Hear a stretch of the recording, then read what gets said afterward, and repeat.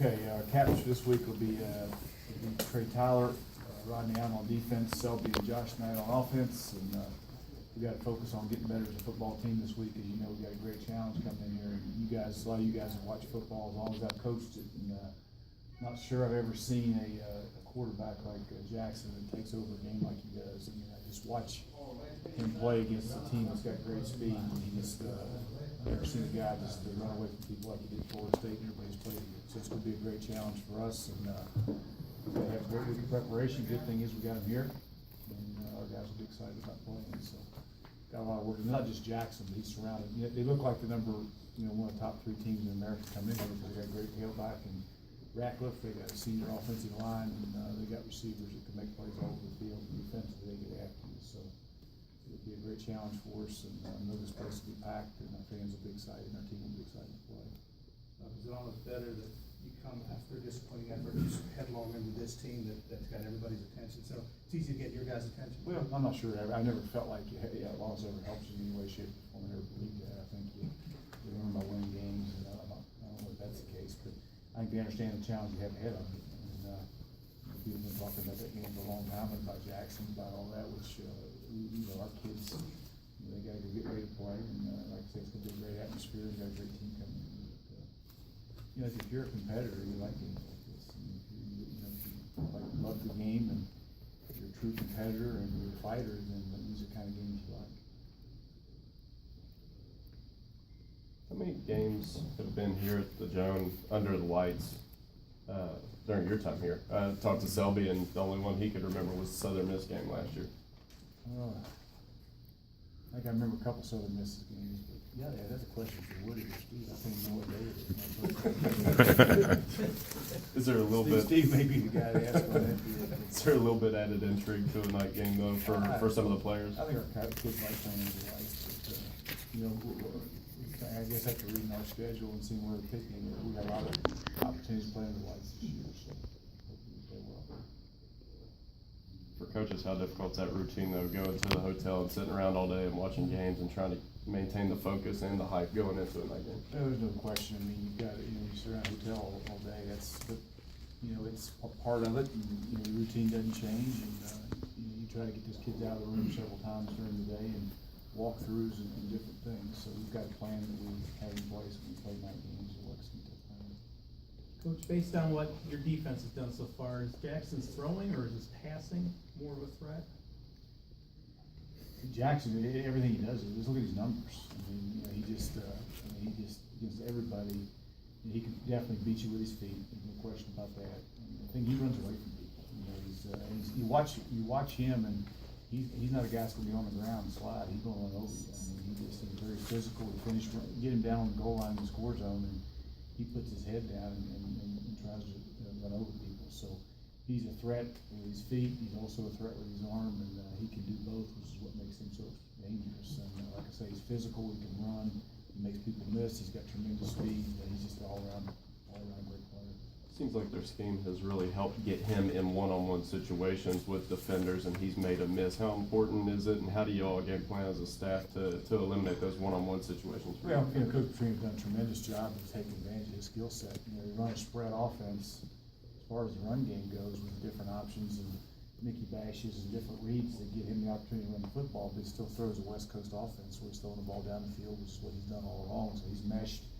He's done a tremendous job of taking advantage of his skill set with the spread option running game and still maintain the West Coast pass game, which is throwing verticals down the field and doing the things he's done in the past. So he's done a tremendous job of, again, taking advantage of his skill set, and he's got the tailback, he's got the receivers that surround him that is what makes him so dangerous. It looked impossible on the read.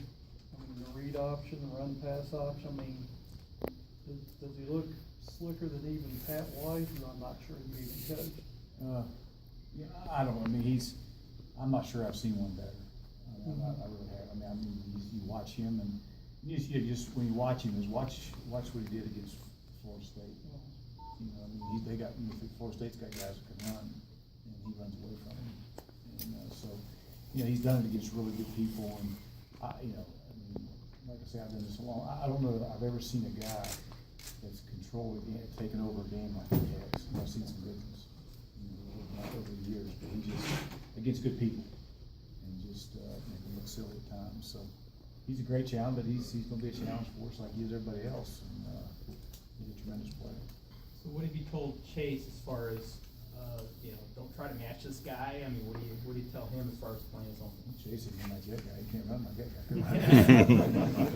It's a totally different animal there, but, Chase gotta be Chase, I mean, you gotta do what we do, and, Chase can't concern himself with what Lamar Jackson's doing, so we have to get better as offensive football team ourselves, and we gotta take care of the football and do what we do, and, not worry about what Lamar is doing offensively. What you always look for notoriety in your program every chance you get, and, obviously, a lot of people looking at Louisville now, but you're the team facing them, but it gives your guys a chance to shine and showcase your program here. There's no doubt, anytime you get on a national stage, I mean, I told the kids on Sunday when we practiced, I mean, it's what you dreamed about from the time you're 2 or 3 years old, playing ball in the backyard, is playing on, getting the opportunity to play in a situation like this on a national stage against, top 3 team in America, so you dream about those opportunities, and you gotta prepare for those opportunities, so when that time comes, that you're prepared to go play, so it's, our whole focus this week has to be on us, and doing, following the plan that we gotta take care of the football, and do the things we do, and just go out and play our hearts out to the end. What were the differences in Chase's, performance in game 1, game 2, something? Turnovers, you can't turn the ball over. I mean, you can't, first thing in the plan to win is take care of the football. Anytime you turn the ball over 4 times, you're not, and get a punt block, you're not going to win the game, no matter who you play. So we gotta learn to take care of the football, and we've done that in the past, and that has to happen again, we'll have a chance. One more question about Jackson. During spring, they emphasized his passing ability. I mean, how much different does he look in that aspect of his game from maybe any video you saw from last year? Well, I think he became the quarterback, correct me if I'm wrong, but about halfway through last season. I think they were alternating guys in and out throughout the first part of the year, and I think he went with Jackson second part of the season, started winning. Of course, they had a tremendous bowl game, and I think, Coach Petrino, being the coach he is, he just developed an offense for him and took advantage of his skill set, which is smart on his part, and take advantage of what that skill set is. But there's no doubt that he's improved tremendously in all areas because he's a year older.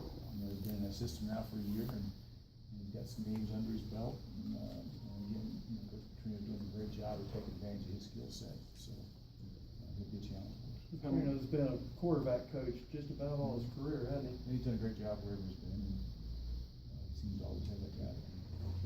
How much does their defense fly under the radar because of the hype surrounding Jackson? Well, they shouldn't. Because you watch them, they're extremely aggressive. They get after you. They don't sit back, and they bring blitzes from all over the place.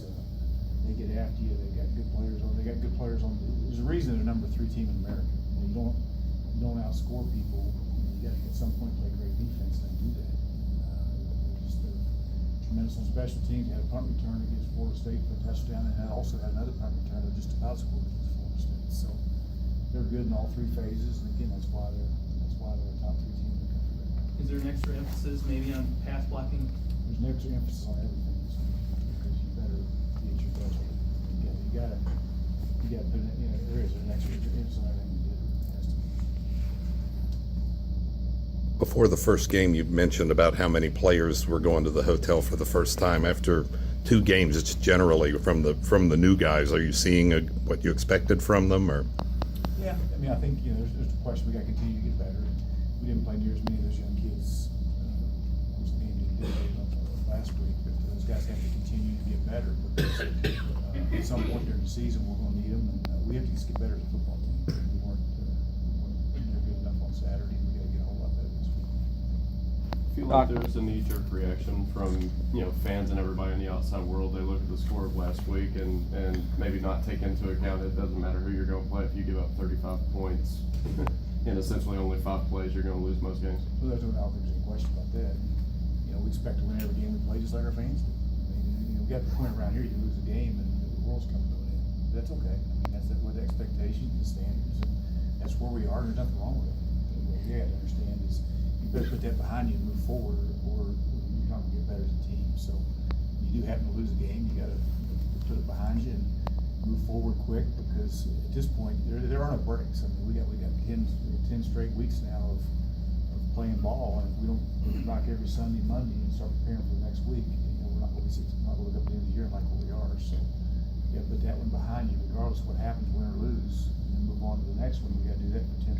weeks and find a way to be where we want to be at the end of the year. That's the ultimate goal. But again, there's, I told the quarterback club yesterday, there's nothing wrong with being upset. Losing sucks. I hate it. You hate it. Everybody knows. But that's a good thing that we feel like we do around here, because when you lose one, you feel like the world's going to come to an end. And that's what the expectations, standards are here, and that's okay. That's what we want. That's what we've gotten to the point where we are. As a head coach, I don't see any wrong. It's a good thing.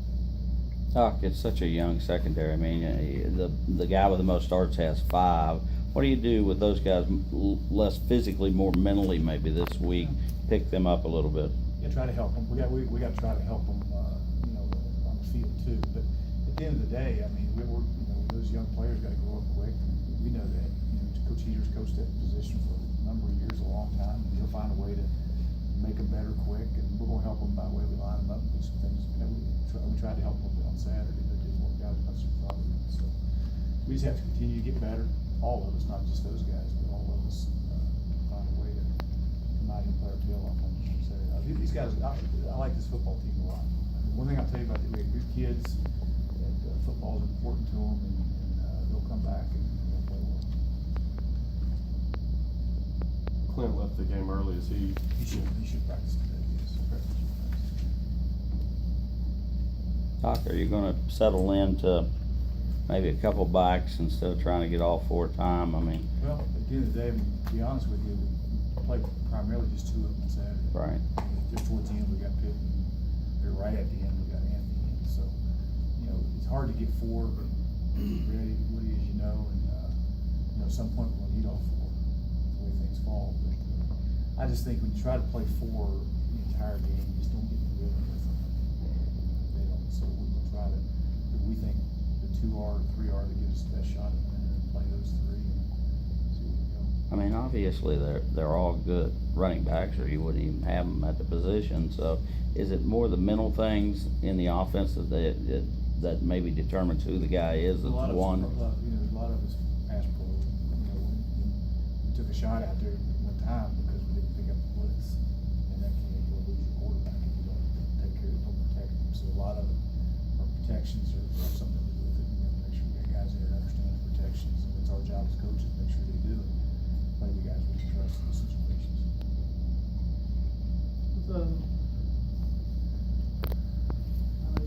You're emphasizing everything, but you took too many penalties. Were they calling a little too close, or or is there? The alignment penalties that we had would never been called in our league, at least. We never, so that being said, I mean, we got to get lined up properly.